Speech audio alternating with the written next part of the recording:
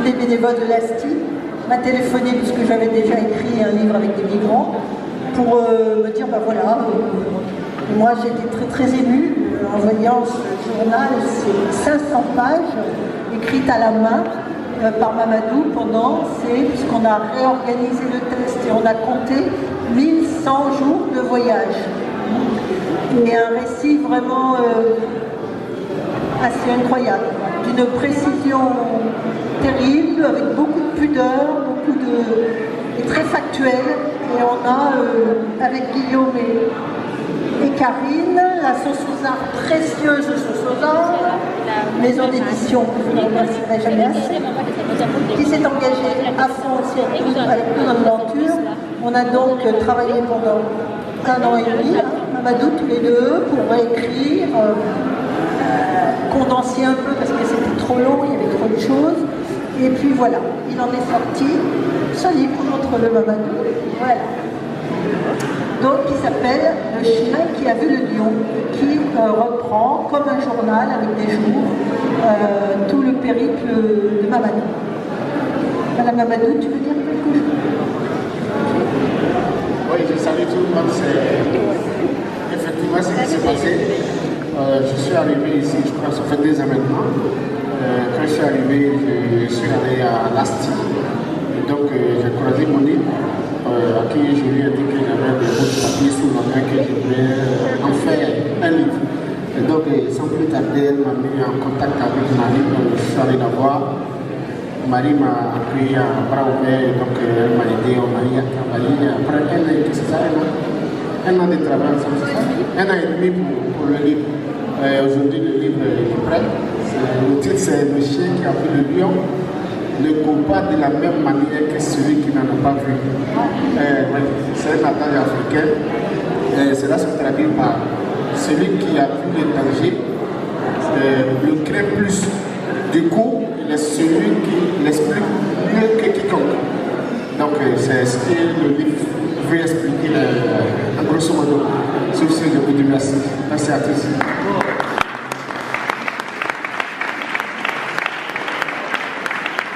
À la sauce aux arbres d'ailleurs il vient d'en sortir un il n'y a pas longtemps, en même temps que Le chien qui a vu le lion, qui s'appelle La nuit des étoiles filoutes.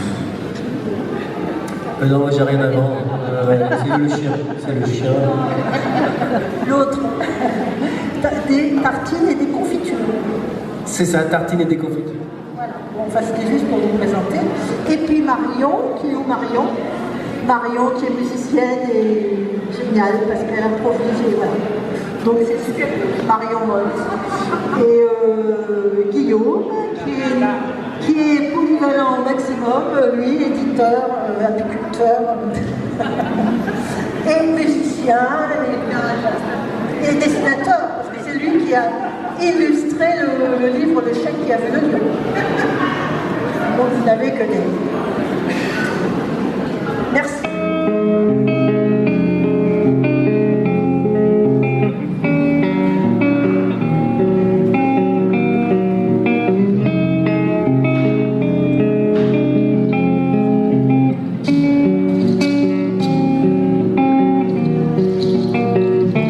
J78 Sévaré. Au centre nord du Mali, près de Mopti, la ville de Sévaré est la première escale de notre trajet. Nous y sommes vers 19h. Les cars sont déjà dans la gare routière, prêts pour le départ au petit matin et nous pensons pouvoir dormir à l'intérieur. Mais en arrivant, je vois les passagers préparer leur lit dehors. Un homme vient leur louer une natte pour 200 francs CFA. Je ne suis pas disposé à dormir là, sans couverture, car on est en janvier et il fait très froid la nuit. Je passe la moitié de la nuit à déambuler entre les gens, à observer ce qui se passe.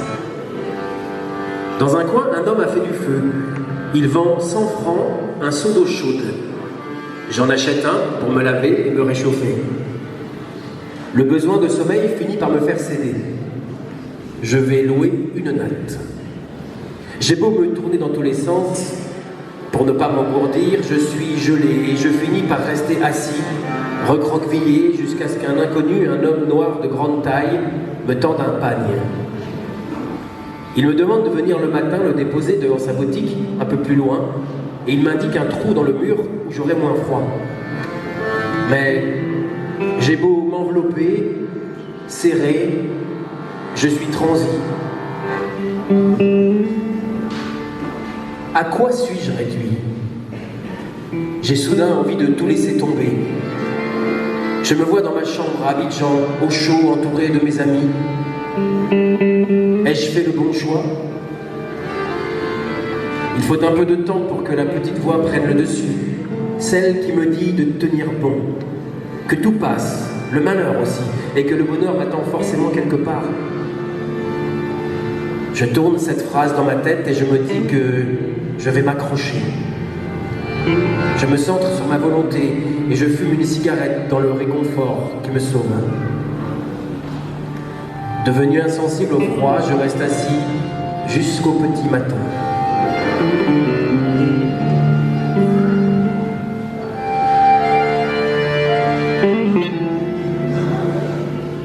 Je suis dans une sorte d'hébétude. Et les premiers signes de l'aube me semblent irréels. L'appel à la prière venant de tous côtés, le chant des coqs, le va-et-vient silencieux des vendeurs ambulants, la préparation des feux et l'installation des tables pour les repas des passagers. Je suis cassé par le manque de sommeil et la faim me tenaille. Comme à l'accoutumée chez nous, depuis la nuit des temps, les femmes sont déjà à leur poste à la première heure pour chauffer l'eau pour la toilette des hommes et préparer les petits déjeuners. Je m'approche de la vendeuse de beignets et commande un café. Les autres hommes se pressent autour du feu pour se réchauffer. J'en vois de plus vieux et de plus vulnérables que moi. Quelle pitié! C'est ça le voyage? La misère comme quotidien? Je m'efforce de rire avec les autres pour faire bonne figure. Le klaxon du car retentit comme la fin d'un sortilège. Et nous nous précipitons tous à l'intérieur.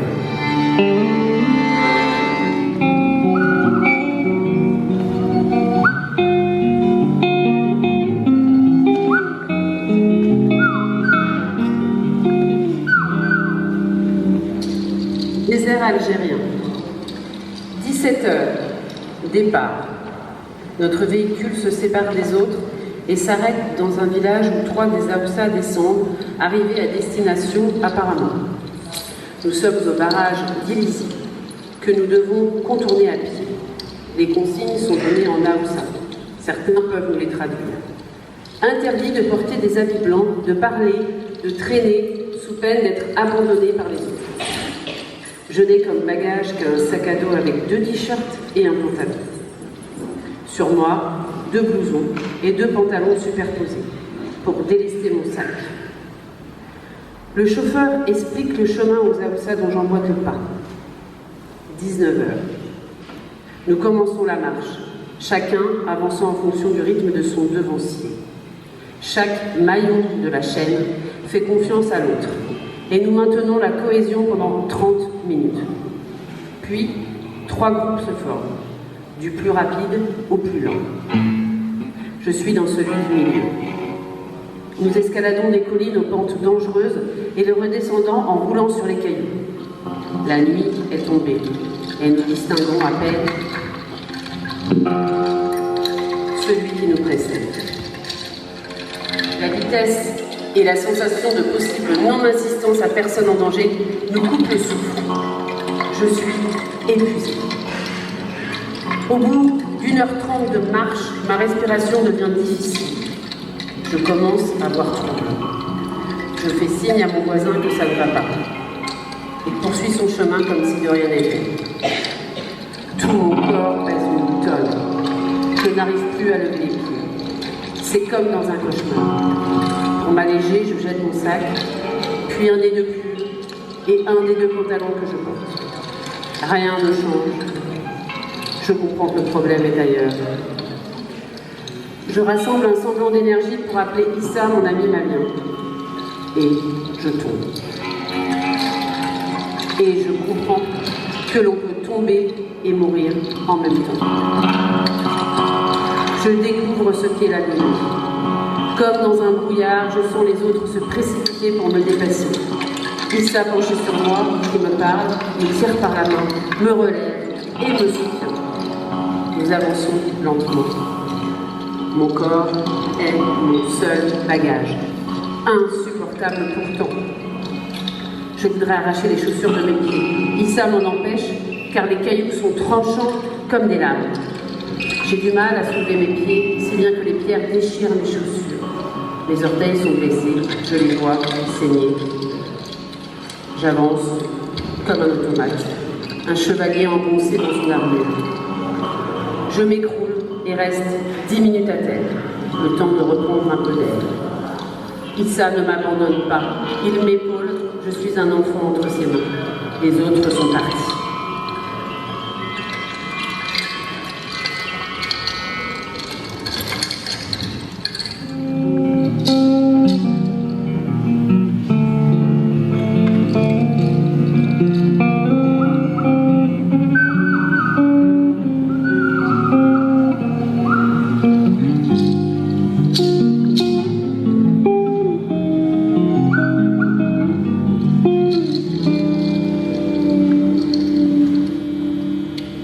Jour 275, la traversée. 1er août 2019, 23h45, le moment fatidique est arrivé. Le face-à-face avec la peur, celle de mourir en mer. Je préfère mourir dans la nature que dans l'enfer libyen. La mort dans la mer n'est-elle pas plus douce que celle que des hommes nous infligent, accompagnée de grandes souffrances et d'humiliations ? Être privé de nourriture pendant des jours, roué de coups, craindre le son même des voix des bourreaux qui approchent. Je préfère que mon corps soit dévoré par des poissons que jeté dans le désert comme un déchet. Je me sens bardé de courage, puisque la mort nous attend tous un jour, d'une manière ou d'une autre, et que chacun craint ce face-à-face. Je choisis de mourir avec dignité. Sur tous les visages autour de moi se vit la même gravité, la même angoisse. Qui sait ce qu'il adviendra de nous?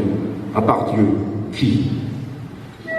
80 personnes ont péri dans un naufrage il y a quelques jours. On n'a retrouvé que 3 d'entre eux, le pire, et que certains d'entre eux nous reconnaissent les visages des victimes qu'ils ont côtoyées au campo il y a un mois, et avec lesquels parfois ils ont été amis. Sinistre miroir pour nous. J'ai l'impression d'être sur le front de la guerre où les combattants s'échangent et prennent la relève de ceux qui sont tombés. On nous a séparés des femmes, puis on nous a donné l'ordre de nous positionner autour du bateau pour le soulever et le transporter jusqu'à l'eau, là-bas, à 100 mètres. Les consignes de rythme sont strictes. Ceux qui ne font pas le bon geste au bon moment reçoivent des coups de bâton. Panique. Panique devant la mer. Le vent souffle très fort et les vagues sont effrayantes.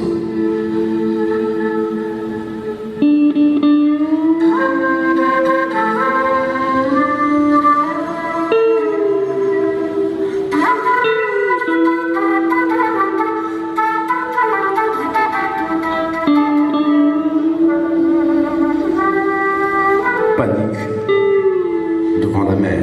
Le vent souffle très fort et les vagues sont effrayantes. Comme beaucoup de mes camarades, je n'ai pas l'habitude de la mer et je suis terrorisé par cette puissance naturelle, implacable. Juste de voir l'étendue de l'espace maritime devant moi me tétanise. Nous pensons qu'il s'agit simplement de déposer le bateau au seuil de la plage, mais non. Il nous faut nous enfoncer dans ce gouffre. Avec mon 1,72 m, j'en ai jusqu'au cou. Le bateau lâché, Nous sommes bousculés dans tous les sens, nous nous débattons, affolés. Seuls les plus grands réussissent à maîtriser l'embarcation et nous finissons par les aider au prix de grands efforts sous les cris de nos chefs. Le groupe des femmes et des enfants doit monter en premier à bord, mais elles hurlent de peur devant l'obligation d'entrer dans ces vagues folles. C'est plus fort qu'elles. Certaines essaient de fuir, de revenir vers la plage. Alors le chef les empoigne, une à une, et les jette dans le bateau comme des cailloux, et c'est de douleur qu'elles crient maintenant.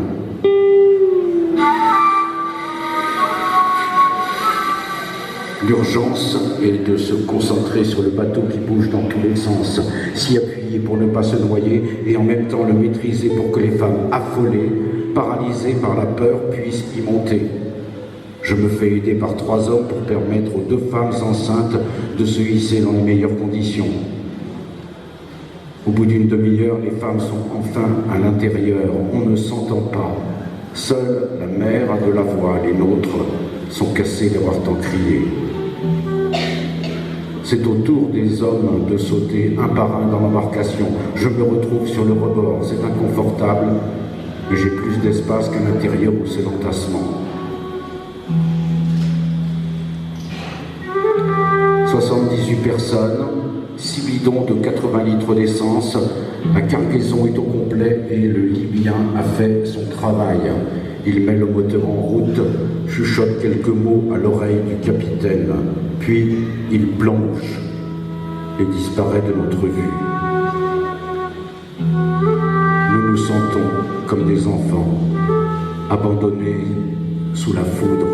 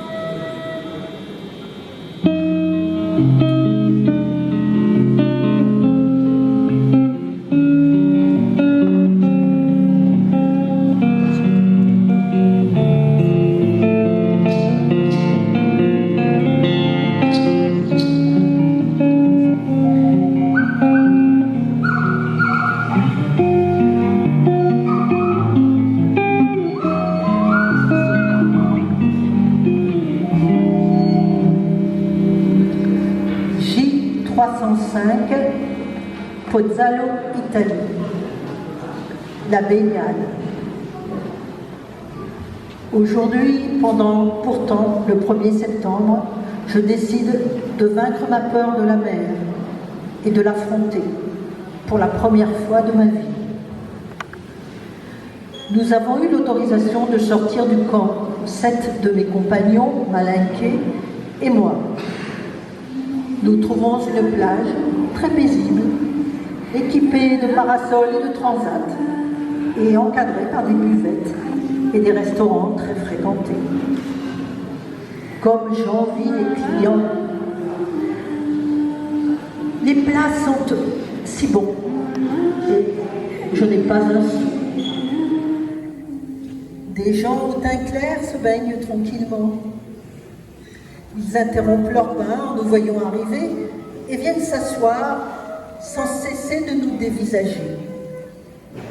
Puis, la plupart rangent leurs affaires et quittent les lieux. Je n'en crois pas mes yeux. Nous voyons bien que c'est notre compagnie qu'ils fuient. Je me sens mal. Décidément, est-ce un crime d'avoir la peau noire ? Ne sommes-nous pas tous descendants d'Adam et d'Ève, créatures de Dieu ? Les souvenirs affreux de la Libye me reviennent en force. La peur recommence à me tenailler.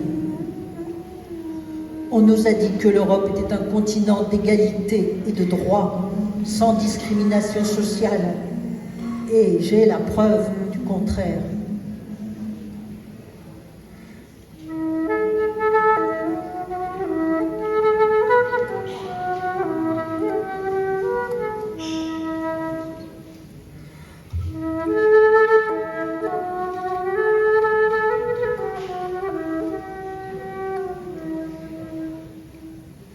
Mes amis, me voyant abattu, me parlent et je récupère un peu. Une brusque envie de me jeter à l'eau me saisit. J'enfile une culotte et un t-shirt bleu. Le maillot de bain dénudé n'entre pas dans notre tradition, qui oblige à la pudeur. Je rejoins les autres dans l'eau pour mon premier contact avec la mer. Je m'y jette. Je barbote. Les autres se moquent de moi, mais je n'en ai rien à faire. L'eau est si libre, si agréable. Le mouvement régulier des vagues me berce.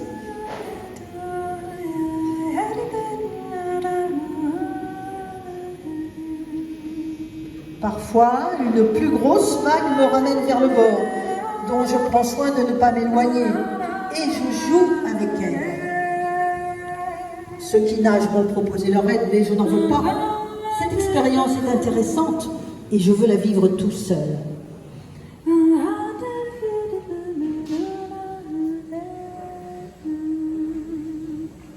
Et soudain, je me sens africain, noir et fier de l'être. La couleur de ma peau me rend différent, mais je remercie Dieu d'avoir fait de moi ce que je suis. D'ailleurs, je me sens fort en ce moment. J'ai traversé le pire, j'en suis sorti vivant et j'arrive en Europe, à l'aube d'une nouvelle vie.